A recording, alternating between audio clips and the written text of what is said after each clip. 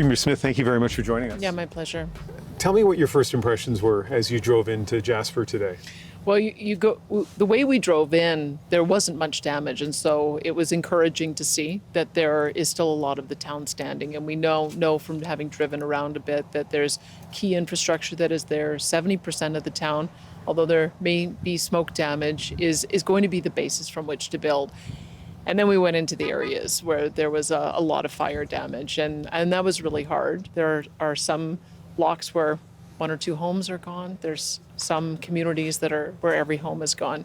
And so it's going to be hard as people look at the images and have the memories that they're processing and think about what it means for them to return, what they're going to return to, what kind of life they're going to have as they rebuild.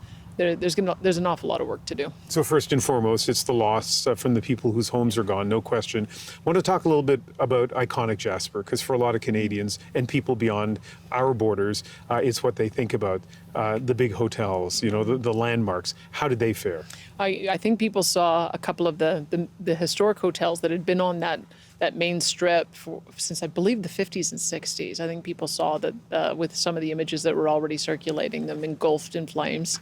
And that's going to be hard for people to see, because those would be those images that you recall when you come into town. I was pleased to hear at Jasper Park Lodge that most of their structures have remained standing. They've had some damage, and they're preparing already to open again.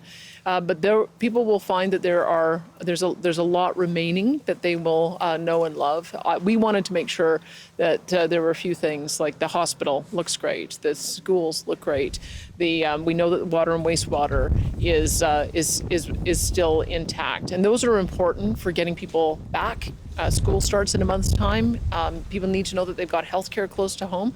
And so I think that when people come in, there's going to be areas, of course, where it's just going to be a devastating gut punch, and then others that will give them some hope that they'll be able to see recovery and the town getting back to normal. These kinds of things can be life-changing for people. Fortunately, lives were not lost, but certainly lives have been changed. What about for you? As you see all that, is there anything in terms of your role as Premier, in terms of policy, that you're thinking, you know what, I need to change moving forward? Well, I can see, I went through the floods as the MLA for the area back in 2013. I was on the air covering the Fort McMurray fires. Prior to that, I'd visited the Slave Lake fire site.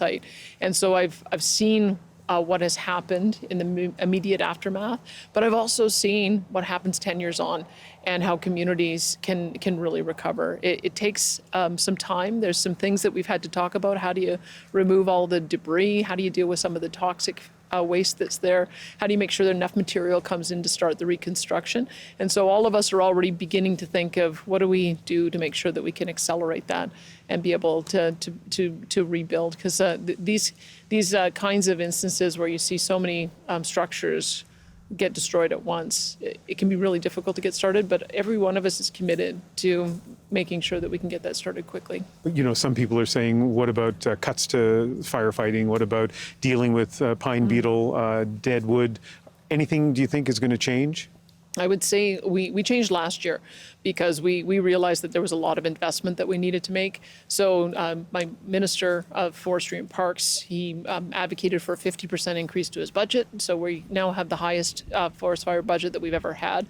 We also made sure to put a higher contingency away, because last year we had $1.5 billion and we used it all. So this year we increased it $2 billion. Literally 10 seconds left. Do you know when people are going to get to go back into Jasper? I would say I'm already feeling it in my lungs that the air was really bad. And so that has to clear for sure. They have to douse all of the fires as well. So there's still a lot of work that needs to be done there. Fort McMurray, it took 28 days to get people back. So I would say that people just should know that it's not going to be quick, that these things have to take place so that it's a safe environment to return to. Premier Smith, thank you very much. My pleasure.